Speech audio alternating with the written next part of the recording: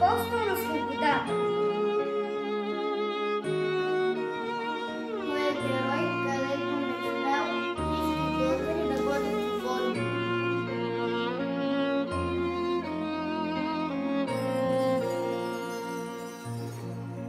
Василе, време е вече да помагаш вкъщи. Знаеш ли, че труда прави човека силен? Мамо, искам да бъда полезен на всички хора, не само вкъщи. Мечтая България да бъде свободна. Ти си още дете, Левски, но сърцето ти е голямо. Вярвам, че ще станеш добър човек.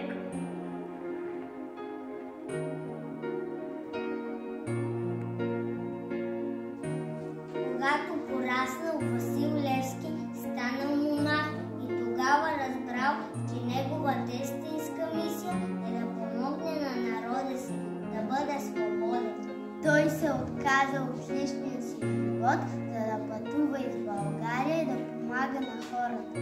Наричали го апостола на свободата, защото носил надежда и вяра.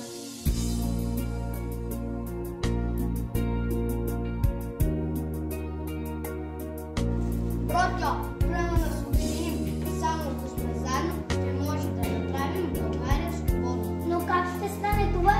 Турците са силни. За смялост, вяра и упоритост, всеки от нас трябва да даде всичко от себе си. Левски, ние ще те подкрепим! Вярваме в теб, апостоле! Васил Левски е оставил своята следа в нашата история. Той ни учи да бъдем смели, честни и да обичаме своята родина.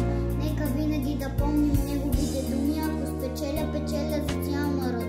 Ако загубя, губя само себе си.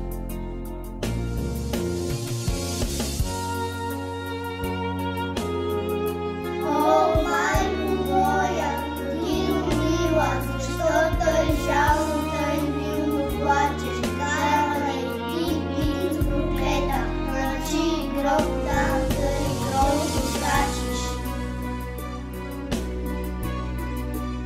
О, зная, ти плачеш, майко, за той, че ти си черна рубиня, за той, че твоя свещен глас, майко, е глас без помощ, глас без пустиня.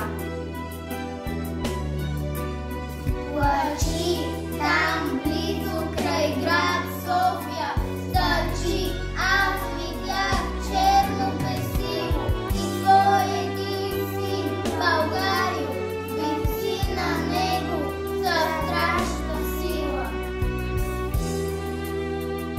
Варва на крачи, грозно зловещо, седа и пълци бият колата, старци се молят Богу горещо, жените плачат, пищат децата.